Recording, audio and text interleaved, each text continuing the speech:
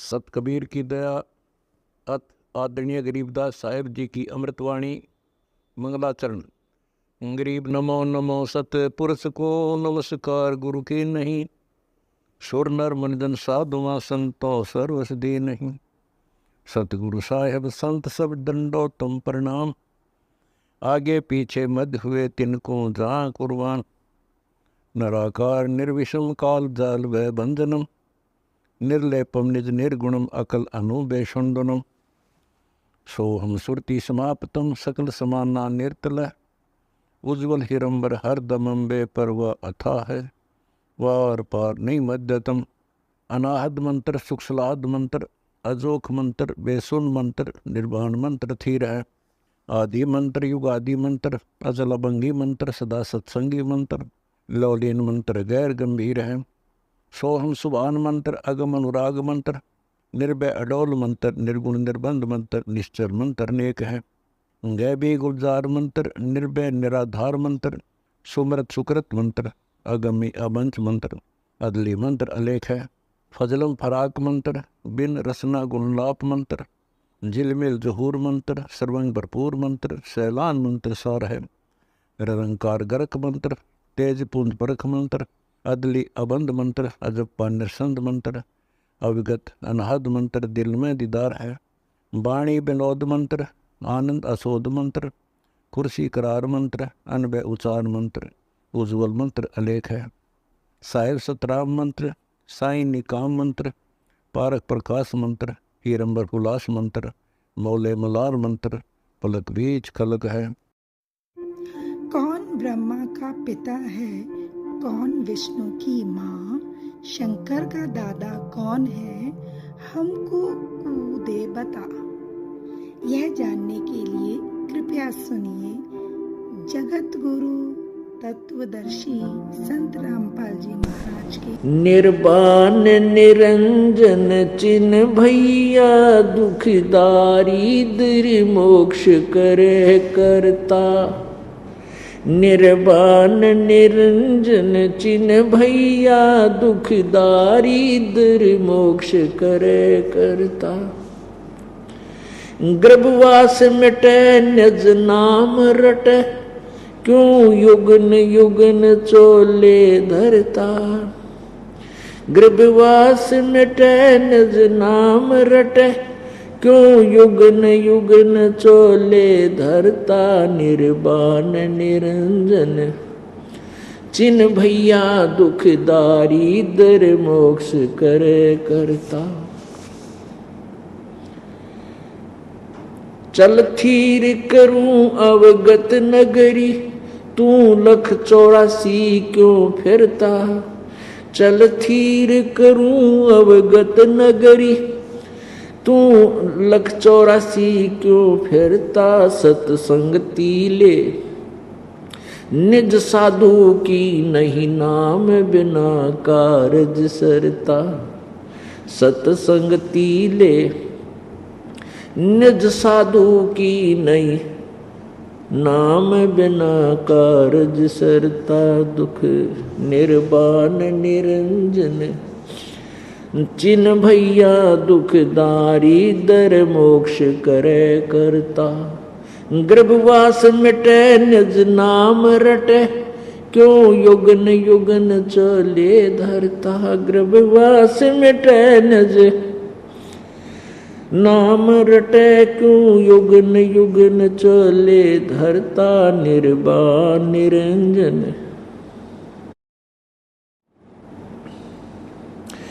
दयावंत विवेक, दयावंत विवेक की भये ज्ञानी, टुक छेड़ करे तो सब लड़ता। दयावंत विवेक की भये ज्ञानी, टुक छेड़ करे तो सब लड़ता। ये चुंडित मुंडित पकड़ लिए, इन से जम किंकर ना डरता। गर्भवास मिटे निज नाम रटे, क्यों युगन युगन चोले धरता। तू कौन कहाँ से आन फंदा, देखो आगे बरानी क्यों जड़ता। तू कौन कहाँ से आन फंदा, देखो आगे बिरानी क्यों जलता।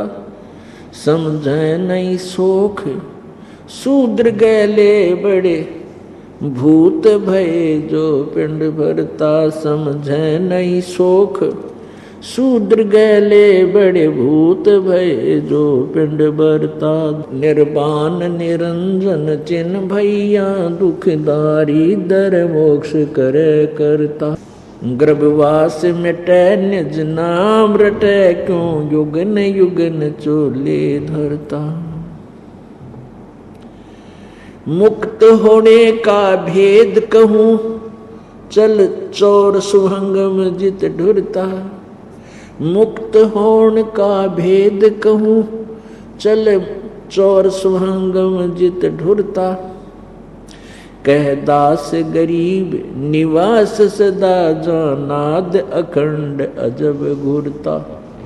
कह दास गरीब निवास सदा, नाद अखंड अजब घूरता। निर्वाण निरंजन चिन्ह भैया, दुखदारी दर मोक्ष करे करता। अब अपनी प्यारी आत्मा को परमात्मा समझा रहे हैं। उन्हीं के दिए हुए ज्ञान को आगे गरीबदास साहिब जी ने हमारे लिए लिपिबद्ध किया, करवाया है। परमात्मा क्या बताया है परमेश्वर ने? निर्वाण निरंजन चिन्ह भैया, पूर्ण मोक्षदायक परमात्मा। निरंजन का अर्थ होता है माया रहित प्रभु। अब यहाँ ये ज्योति निरंजन है, ये माया रहित नहीं है। इसके आगे ज्योति निरंजन लगता है। निरंजन माने जो माया से रहित हो। अब इसने अपने आप को यहाँ के अपने अनुयायी, अपने अधीन जितने प्राणी हैं उनमें यूँ अपने आप को प्रभु सिद्ध किए बैठा है। परमात्मा कहते हैं मुल्ला माया मग में बैठी, हंसा चुन चुन खाई, और यो ज्योत स्वरूपी कह निरंजन मैं करता भाई। एक न करता दो ना करता नौ ठहराए भाई, इनका 10वां भी ऐसे ही धुंधर में मिल जाए, सत कबीर दुहाई। अब क्या बताते हैं? वो निर्वाण निरंजन चिन्ह भैया, वो पूर्ण मोक्ष करने वाला, वो निरंजन माया रहित परमेश्वर, शुद्ध प्रभु, सच्चा मालिक, सत साहिब, उसको तू चीन, उसको पहचान, खोज कर उसकी, जिससे दुख दारिद्र मोक्ष करे करता है। वो परमात्मा तेरे सभी दुख, और जो तेरे अंदर दारिद्र है, तो या तेरे पास धन भी नहीं है, तेरे उस धन की भी कमी पूरी कर देगा। जो चाहे सो कर देगा, पर नीत साबित कर जैसा वो मालिक चाहता है। फिर क्या बताते हैं? गर्भवास मिटे निज नाम रटे, क्यों युगन युगन चोले धरता। सबसे खतरनाक, सबसे भयंकर कष्ट पीड़ा जो होती है माँ के पेट में, खूब गुमानी परगट्य पूर्ण बाग रे, परगट्य पूर्ण बाग रे, और बात तेरे काम न आवे। के सोवे गफलत में बंदे, जाग जाग नर जाग रे, और बात तेरे काम न आवे, तू संतों शरण लाग रे। के सोवे जाग जाग नर जाग रे, सत साहिब। इस तन सराय में जीव मुसाफिर करता रहे दिमाग रे, रात बसेरा कर ले डेरा, तू चले सवेरा त्याग रे। ये शरीर एक धर्मशाला बताई है। संतों ने इस जीव को जगाने के लिए नाना प्रकार के उदाहरण दिए हैं। इस शरीर को एक चलती फिरती सरा समझो, धर्मशाला समझो, एक रेस्टोरेंट समझो, और इसमें आपको ये जो आपको रेस्टोरेंट में रहने के लिए यानी इस धर्मशाला में रहने के लिए जो समय मिला है, वो आपने जितने पैसे जमा करा रखे हैं उतने समय के लिए आपकी बुक हो चुकी है।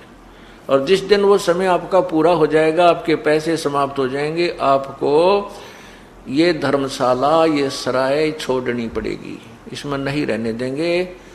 आप अगर ठीक ठाक से नहीं निकलते हो, सब इच्छा से नहीं आते हो, तो आपको उठा करके बाहर उसके नौकर निकाल देते हैं। धर्मशाला आपने किस लिए धर्मशाला में गए हो, किस लिए आप दूर देश में जाकर के अपना घर छोड़ करके धर्मशाला में गए हो, रेस्टोरेंट में रुके हो, उसका उद्देश्य भी कोई अवश्य होगा। वहां आप बिजनेस करने गए हो, आप वहां किसी व्यवसाय के लिए गए हो, और जो उस धर्मशाला में कमरा बुक करा के वहां व्यवसाय करते हैं, अपना कोई बिजनेस करते हैं, वो लोग 2 के 20 बना लेते हैं। वो अपना दुगने तिगने चौगने धन को इकट्ठा करके बना करके वापस स्वदेश आ जाते हैं। और जो व्यक्ति उस धर्मशाला में जाकर के, सराय में जाकर के कमरा भी बुक करा लिया और जो मूल धन लेकर गया था उसमें से शराब पीवे, हुक्का पीवे, जुआ खेले और सिनेमा देखता फिर, व्यवसाय किया नहीं, जिस उद्देश्य से गया था वो काम करा नहीं, तो वो कंगाल हो जाता है। और फिर वो कंगाल होने के उपरांत कितना कष्ट उठाता है। इसी प्रकार इस तन सरा में जीव मुसाफिर करता रहे दिमाग रे, रात बसेरा कर ले डेरा, चले सवेरा त्याग रे। अब मनुष्य शरीर प्राप्त करके हम संतों के विचार तो सुनते नहीं, अपने आप में घने समझदार बुद्धिमान बने बैठे हैं, अपनी अपनी अटकलों से अटके बैठे हैं। मेरा लड़का ऐसे पढ़ गया, वो इंजीनियर बन गया, मेरा लड़का ऐसे पढ़ गया, IAS कर गया, IPS कर गया। अब वो जो पढ़ाई उन्होंने पढ़ी है उसमें तो विद्वान हो गए वो, इसमें तो कोई शक को नहीं।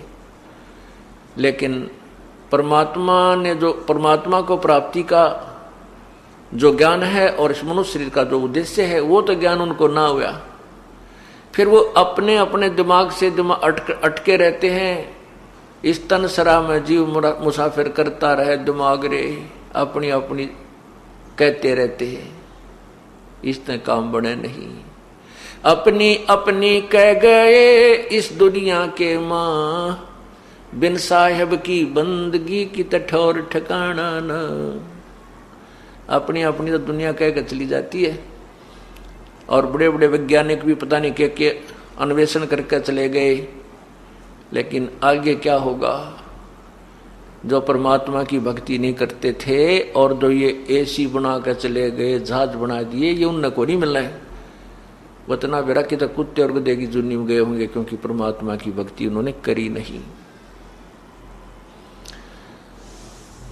इस प्रकार इस तन सराय में जीव मुसाफिर करता रहे दिमाग रे, यो रात बसेरा, ये पूरा जीवन आपका एक रात्रि समझो। इस धर्मशाला में आप अपना टाइम पास कर रहे हो, और जब ये जीवन अंत होगा, आपके शरीर का अंत होगा, जब आप शरीर छोड़कर जाओगे, आपका सवेरा होगा।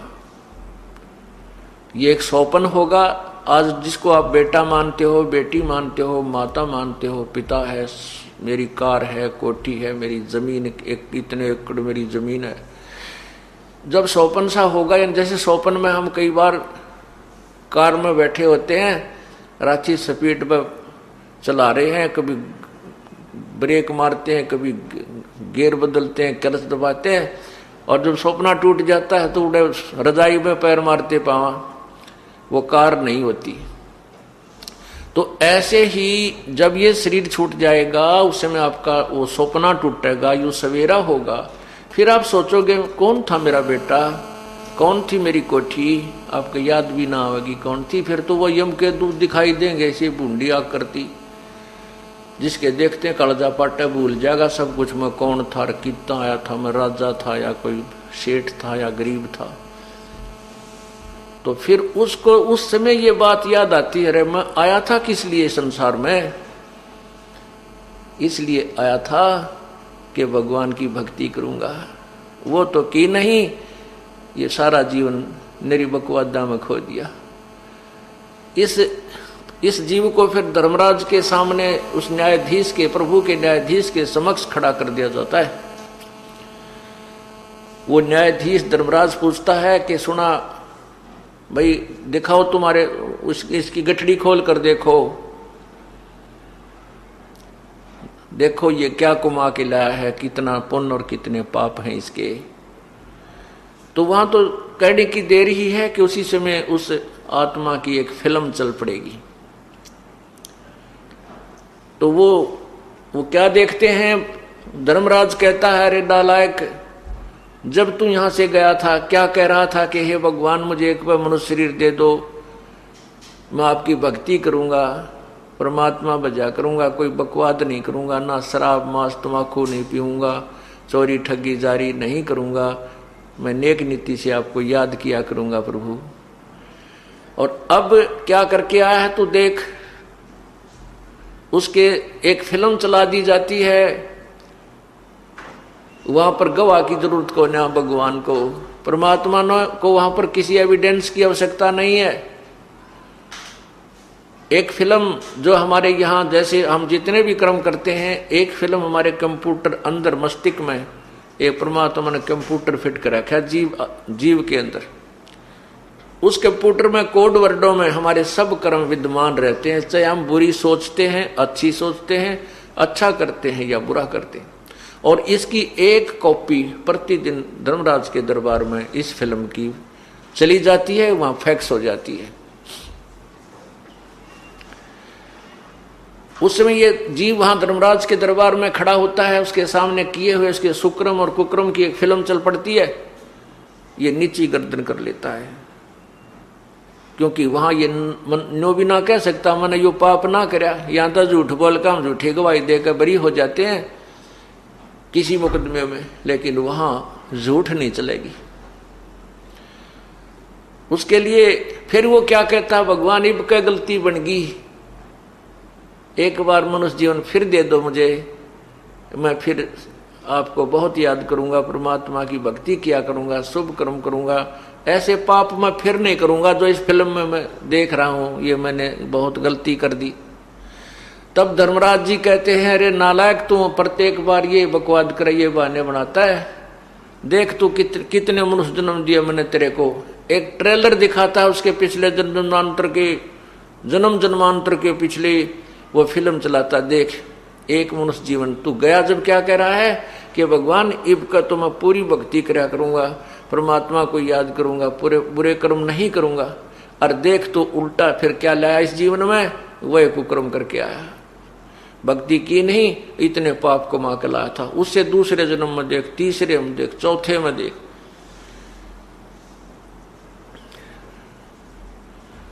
फिर उसको कहते हैं कि चल बेटा अब तो तू गधा बन, फिर कभी तुझे मनुष्य शरीर प्राप्त होगा, फिर देख लेंगे के कला तोड़ेगा तू। पुण्यात्माओं, आज हमें यह मनुष्य शरीर मिला है, सभी सदग्रंथ और सभी संतों की जो विचार हैं जिन्होंने परमात्मा पाया है, वो सभी ये कह रहे हैं कि मानुष जन्म दुर्लभ है भाई, मिले न बारंबार। और जैसे तरवर तो पत्ता टूट जाओ फिर नहीं लागे डर। ये मनुष्य जीवन तो आपके हाथ से ऐसे छूट जाएगा, जब ये शरीर छूट जाएगा तो जैसे पत्ता वृक्ष से टूट के गिर जाता है, पुनः स्थापित नहीं किया जा सकता उसके ऊपर, वो व्यर्थ हो लिया, वहां से खत्म हो चुकी उसकी स्थिति, उसका संबंध ही नहीं रहा उससे। इसी प्रकार मृत्यु के उपरांत ये प्राणी यहां से चला जाता है, इस परिवार से, उस शरीर से उसका फिर लिंक नहीं रहता। फिर तो कभी फिर मनुष्य जीवन उसको प्राप्त होगा, और फिर ना क्या पता कोई संत मिले ना मिले, कोई तत्वदर्शी संत मिले, और मनुष्य जीवन भी हो जाए, तत्वदर्शी संत ना मिला तो फिर डले ढोकर चले गए, फिर भी ये व्यर्थ रहा।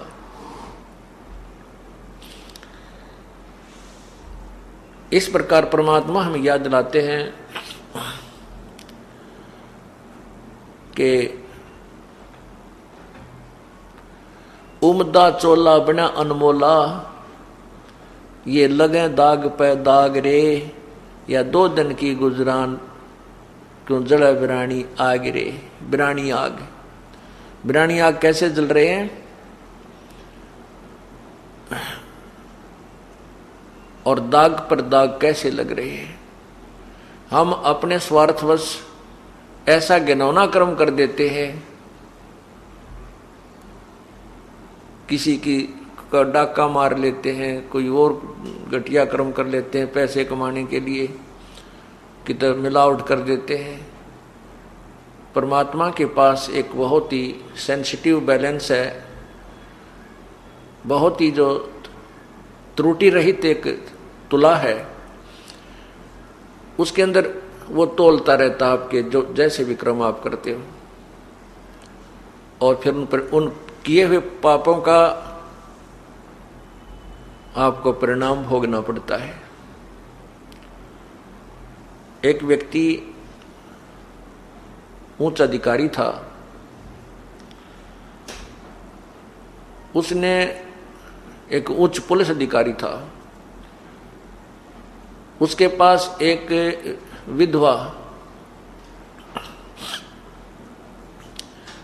विधवा स्त्री दरखास्त लेकर गई, प्रार्थना लेकर गई कि मैं बचपन, मेरा एक ही लड़का हुआ था, मैं विधवा हो गई थी, मेरे 18 एकड़ जमीन मेरे जो यहाँ के हकीकी अर्थात इस मेरे देवर जेठ आदि प्रयोग करते थे, मुझे उसमें से कुछ हिस्सा दे देते थे। मैं अपने घर पर पीहर में अपने माता पिता की वहाँ रह रही थी, वहीं पर मैंने अपने बच्चे को पढ़ा लिखा बड़ा किया है, पाला पोसा है। अब ये जवान हो गया है और मैं अपनी जमीन मांगने के लिए, प्राप्त करने के लिए उन देवर जेठों से कहा, प्रार्थना की तो उन्होंने मना कर दिया, कृपा मेरी जमीन मुझे दिलवाएं। अब उस बड़े अधिकारी ने उस स्त्री से कहा, उस बहन से कहा कि आप दरखास्त दे जाओ, मैं इंक्वायरी करता हूं। उसने उसकी इंक्वायरी करवाई तो उसको पता चला कि उनके अभी कब्जा नहीं हुआ था। कुछ एक ऐसा नियम है कि इतने वर्षों तक उसके नाम चल पड़े दूसरे व्यक्ति के तो उसके कब्जा माना जाता है, फिर वो मालिक उसको ग्रहण नहीं कर सकता। उस अधिकारी को ने पता करवाया कि उस पर कोई कब्जा नहीं है और आसानी से उसको छुड़वाया जा सकता है। अब उस अधिकारी के मन में लालच आ गया कि 16-17 एकड़ जमीन है, कई लाखों रुपए की है, और इस स्त्री के पीछे कोई अप्रोच का आदमी भी नहीं है। इन सब प्रकार से सोच के उसने जब वो जिस दिन वो बुलाई थी वो स्त्री वहां गई बहन,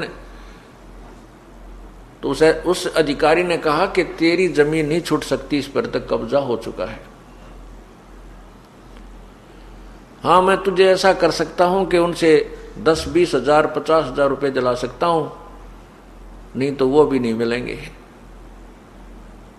उसमें 10-20 हजार 50 हजार रुपये बहुत होते थे और वो करोड़ों की जमीन थी, तो उसको 20-30-50 हजार रुपये में राजी करके और तहसील में उसके अंगूठे लगवा कर रजिस्ट्री अपने नाम करवा ली, अपने बच्चों के नाम, अपने बेटे के नाम करवा दी। इकलौता पुत्र था उस पुलिस अधिकारी के। अब वो वृद्धा, वह बेचारी बुढ़िया अपने बच्चे ने लेकर 50 हजार रुपये लेकर के की तो रहने लगी। अब उस अधिकारी का एक ही पुत्र था, अच्छा पढ़ लग गया, SDM की नौकरी लग गया, ब्याह की तैयारी हो रही थी, शादी की तैयारी थी, उसी दिन एक्सीडेंट को प्राप्त हो गया।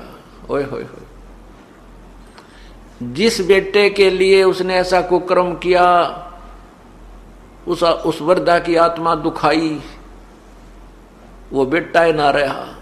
जिस बेटे को सुखी करने के लिए उस नादान आत्मा ने अपनी पावर का दुरुपयोग किया, अपनी शक्ति का सत्ता का दुरुपयोग किया, फिर वो टक्कर मार कर रो रहा है। टक्कर मार मार हो रहा है। याद दिलाते हैं परमात्मा, संत जन आकर के हमें प्रभु की महिमा, उसके विधान से परिचित कराते हैं कि उमदा चोला बना अनमोला, लगे दाग पे दाग रे, या 2 दिन की गुजरान जगत में क्यों जड़े बिरानी आ गिरी, या बिरानी आग अपने ऊपर घेर ली उसने। पुण्यात्माओं, ये सभी जो समाज में कुरीतियां फैल रही हैं, समाज में जो अराजकता फैल रही है, समाज के अंदर जो मानव समाज के अंदर आज प्रेम रहा नहीं, केवल पैसा पैसा दिखाई देता है, भाई बहन का प्यार नहीं, माता पिता का प्यार नहीं, केवल स्वार्थ इतना गहन हो चुका है कि इंसान कति बेशर्म हो लिया। इसका यही कारण है कि उसको तत्व ज्ञान नहीं है, वह भगवान से के विधान से पूर्ण परिचित नहीं है, वो सत्संग में नहीं आता है। जो इंसान सत्संग में आएगा उसको परमात्मा के विधान से विधान का ज्ञान होगा, फिर वो गलती नहीं करता।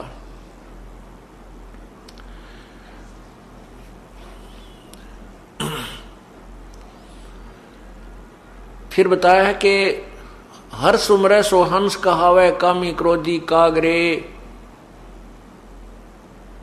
हर सुमरे सो हंस कहावे, कामी क्रोधी कागरे, और भौरा ना भर में विष के बन में चलबे गमपुर बागरे।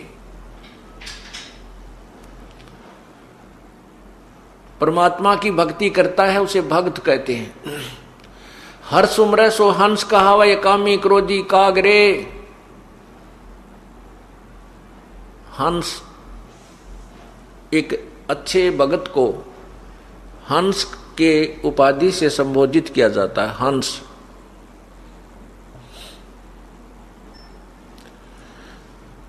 हंस किसे कहते हैं? एक पक्षी होता है हंस, सफेद बुगले जैसा ही होता है, और उस हंस के अंदर एक गुण होता है कि उस किसी पात्र में आप दूध और पानी जल मिलाकर डाल दीजिए,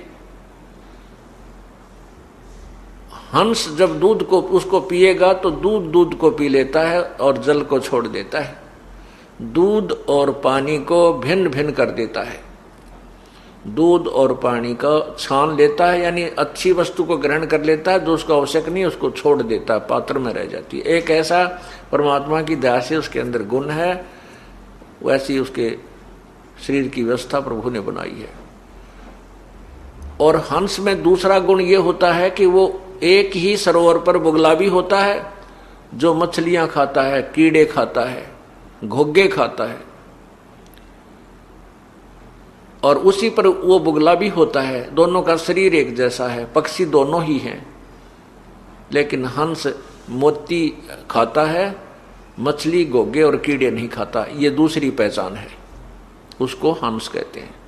इसी प्रकार ये मनुष्य शरीर उसका भी है, जो चोरी करता है, डाके करता है, मारता है, ठगी करता है, 2 के 20 बनाता है, रिश्वत लेता है, शराब पीता है, मांस खाता है, जीव हिंसा करता है, वो भी मनुष्य है। और जो सत्संग में आते हैं, बुराई से दूर हो गए हैं, परमात्मा की राम नाम की मोती ही उनको अच्छी लगती है, परमात्मा की महिमा ही उनका आहार होता है, वो बुराई नहीं कर सकते, ये उनका पहचान होती है। उन्होंने दूध और पानी को छान लिया है, उनको नीर खीर को छान लिया उन्होंने, वो हंस कहलाते हैं, वो भक्त कहलाते हैं।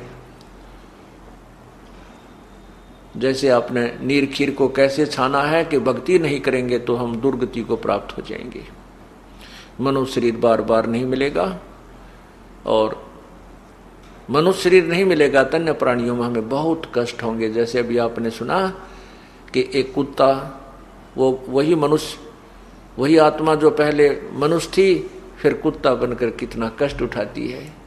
तो ये दूध और पानी जिसने छान लिया, वो फिर राम नाम के मोती खाता है, ये शराब मांस तमाकू आदि घोंघे नहीं खाता। अंसा से अंसा देश सुदेश का यो पड़ा कुदेशों आए, जिनका चारा मोतियां वो घोंघों क्यों पतियाए। ये हंस, ये आत्मा उस सुदेश यानी अच्छे देश से आई हुई है, सत्यलोक से, और कुदेश में आके गिर गई। इस काल के लोक में अपने कर्म के आधार पर अपनी कमजोरी के कारण ये इस काल के कुदेश में आके गिर गई। और फिर कहते हैं जिनका चारा मोतियां वो गोग्यों के पतियाए। जिनका चारा हंसों का मोती खाना है वो गोगे नहीं खाते। गोगे आपने देखे होंगे शंखले से होते हैं, छोटे छोटे में कीड़े होते हैं, मांस सा भरा होता है। ये बुगले तो उनको खाते हैं लेकिन हंस नहीं खाता उनको। और ऐसी एक सीप होती है, शंख जैसी एक सीप होती है, उसके अंदर से मोती निकलते हैं, वो मोती खाते हैं, उस शंख के मांस को नहीं खाते। तो इसी प्रकार जो आत्माएं परमात्मा की प्यारी आत्मा है, जो किसी जन्म में प्रभु के संग, जैसे आज से 600 साल पहले परमात्मा स्वयं आए थे कबीर परमेश्वर जी, और उस समय 64 लाख उनके शिष्य हुए थे, हिंदू मुसलमान कोई भी जिस धर्म से संबंधित थे सभी। अब वो आत्माएं भक्ति में लगी हुई हैं। वो कई जन्मों से, कई युगों से भक्ति करती हुई आ रही हैं, और उनको परमात्मा कोई ना कोई कारण बना के अपने चरणों में लेकर फिर इनसे कोई अच्छे शुभ कर्म करवा जाता है। और अब जो भक्ति काल शुरू हुआ है, अब उन पुण्यात्माओं को पार किया जाएगा।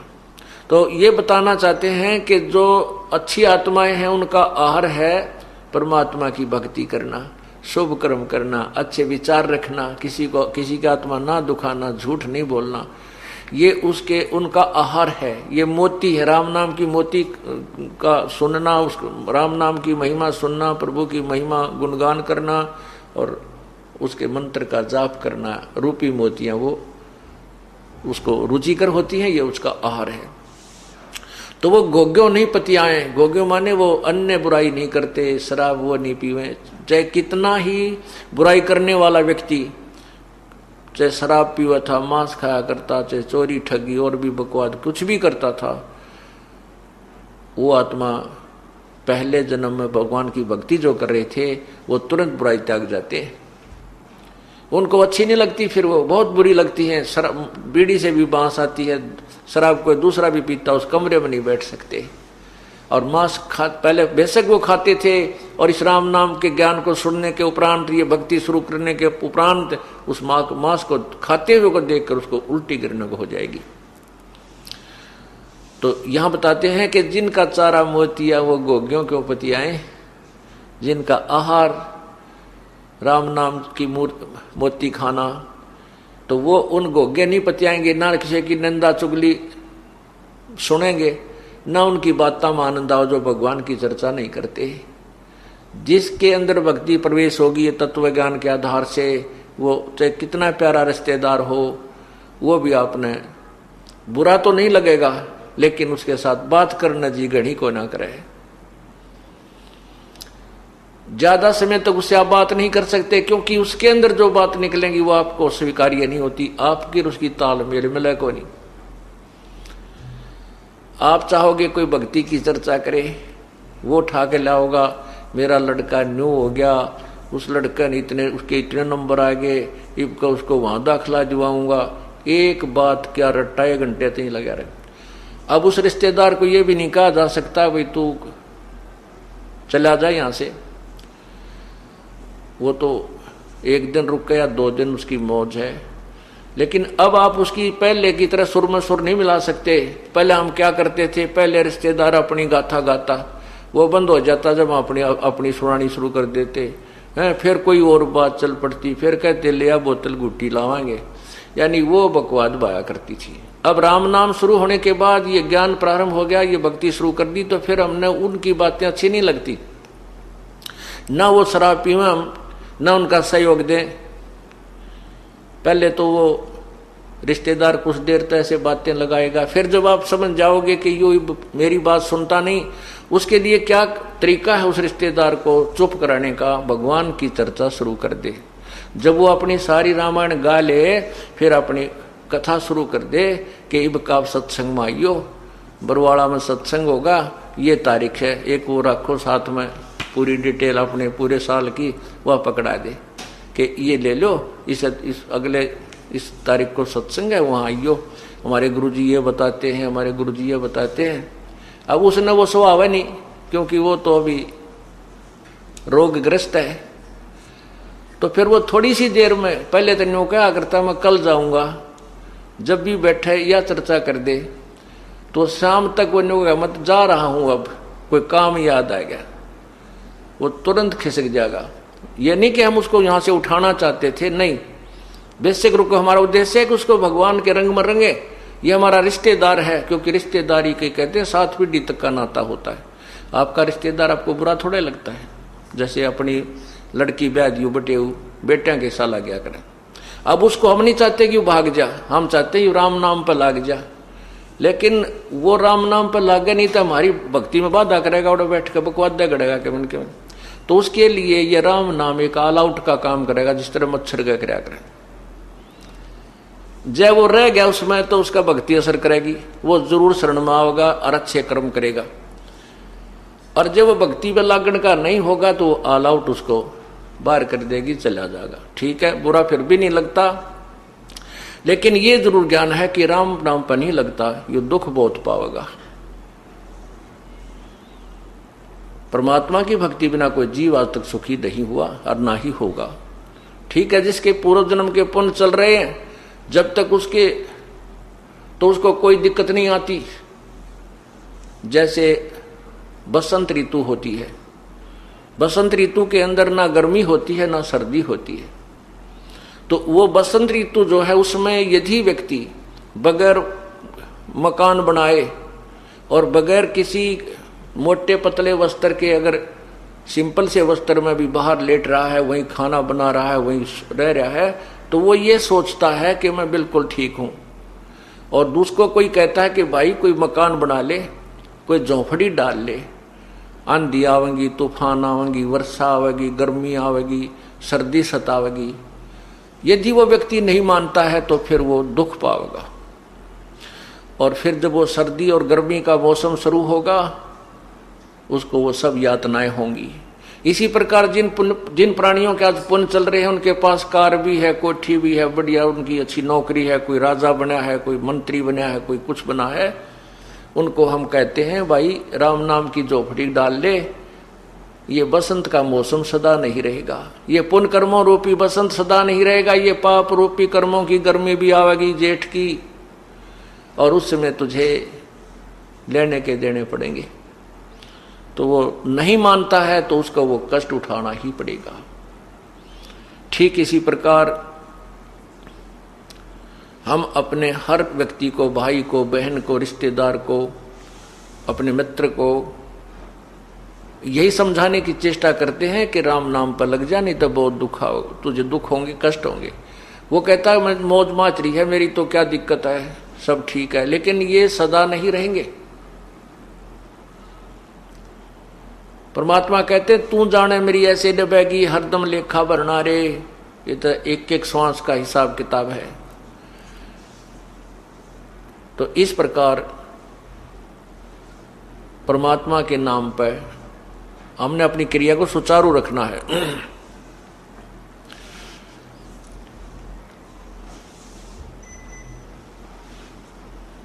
अब ये बताया कि इस हर सुमरे सो हंस कहावे, कामी क्रोधी कागरे। अब हम हंस पदवी पर हो गए, हमने ये और बातें अच्छी नहीं लगती। फिर परमात्मा ने बताया है, संतों ने बताया है कि भावरा ना भर में इस विष के बन में, चल बेगमपुर बागरे। चल बेगमपुर बागरे। अब ये जो सत्संग शुरू होगा इस बेगमपुर के ऊपर होगा, शेष जो सत्संग होगा। बेगमपुर किसे कहते हैं? जहां कोई गम नहीं, कोई दुख नहीं, बेगम। वो सतलोक, उसी को सचखंड कहते हैं। भंवरा कहते हैं इस आत्मा को, इस जीव को भंवरा कहते हैं। ये इस काल लोक रूपी बाग में, विष के वन में, इन विषय विकारों के वन में घूम रहा है। कभी कोई चस्का ले रहा है, कितना गुट्टी लान का, कितना हुक्का पीण का, कितना सुल्फा खान का पीण का, किता अफीम खाने का और किता सिनेमा देखने का, किता और बकवाद करने का। कहते हैं भंवरा ना भर में इस विष के बन में, इस जहर के बन में मत घूमे, चल बेगमपुर बागरे। बेगमपुर उस लोक में, पुर माने स्थान, बेगम जहां कभी कोई गम नहीं, कोई दुख नहीं। शंखों लहर मेर की उपजे कहर नहीं जा कोई, दास गरीब अचल अविनाशी सुख का सागर सोई। जिस लोक में कोई दुख नहीं, कोई कहर नहीं, सभी लहरें वहां पर मेहर की उपजती हैं। जिस प्रकार जीवन में दिन में या 2, 4, 10 दिन में कभी एक बार एक ऐसी थोड़ा सा समय आता है, इतनी दया भर जाती है दिल में, कोई भी बुरा नहीं लगता। किसी से कोई लड़ाई झगड़ा या द्वेष, शत्रु को भी ईसा दिल करे जानो इनको माफ कर दे, क्या ले जाना है संसार से, चले जाएंगे यहीं, ये सब छोड़ जाएंगे। लेकिन वो लहर जो मेर की जो हिलोर होती है वह थोड़ी सी देर की होया करती है यहाँ, क्योंकि आप हिसाब ला लो इतनी देर की जो वह दया की लहर थी वो कितनी सुखदाई थी। पूरा शांत, शरीर शांत हो जाता है, इतनी शांति होती है। उसके जाते ही वो फिर ज्यों की त्यों मच्छर से लड़ने शुरू हो जाते हैं। वो न्यू कर दूंगा, वो न्यू कर दूंगा, वह कोठी बनाऊंगा, उससे इतना लेना है, उसके इतने देने हैं, वहाँ ये हो गया, वो टोटा हो गया, यानी इस तरह के ये फिर हमारे ऊपर ये मच्छर से लड़ने प्रारंभ हो जाते हैं, ये पीड़ाएं प्रारंभ हो जाती हैं। लेकिन उस सतलोक के अंदर वो ऐसी मेहर की लहर सदा रहती है। शंखों लहर मेहर की उपजे कहर नहीं जा कोई, दास गरीब अचल अविनाशी सुख का सागर सोई। वो चल बेगमपुर बागरे।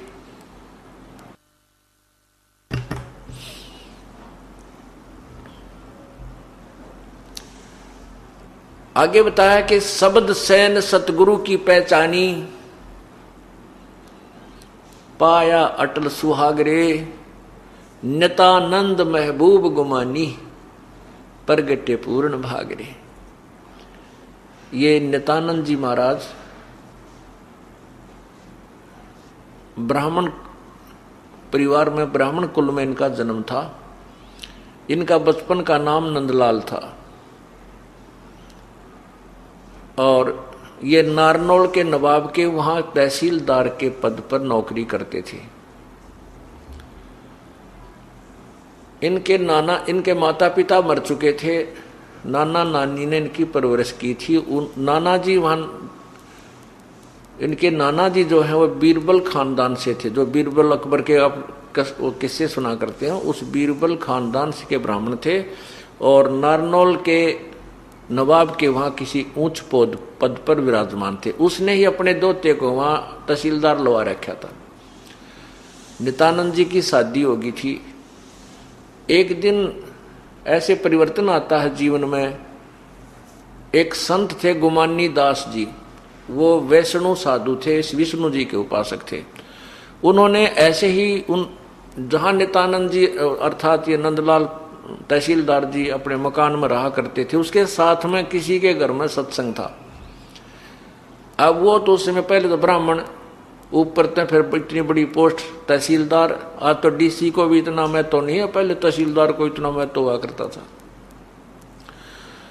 तो दूसरे के घर में जाओ तो अपनी बेइज्जती मानना। उधर से परमात्मा की महिमा के वचन उसके कानों में गिरे, क्योंकि वो पुण्यात्मा थी।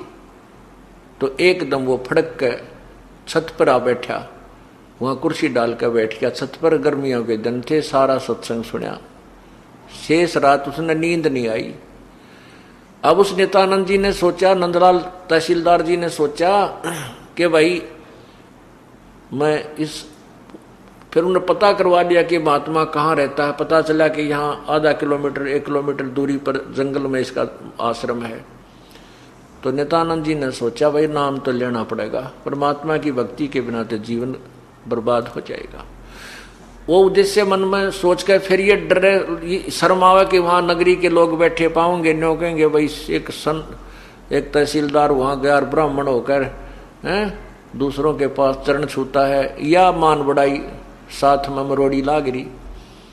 लेकिन उस पुण्य पिछले जन्म के भक्ति के प्रभाव ने नहीं टेकन दिया उसको।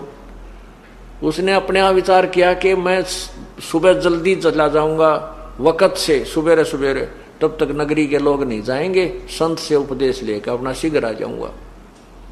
इस उद्देश्य से घोड़े पर चढ़कर चल पड़ा। उधर से वही संत जी जिसने सिर पर उस्तरा फिरवा रखा था, कचकोला कढ़ा रखा था पूरा। परमात्मा की कथा सुनो, परमात्मा की कथा की चर्चा करो। इसके अतिरिक्त जो भी बातें करते हो, सुनते हो, वह सब व्यर्थ है। ऐसे ही आध्यात्मिक वीडियो देखने के लिए हमारे चैनल विश्व विजेता संत रामपाल जी महाराज को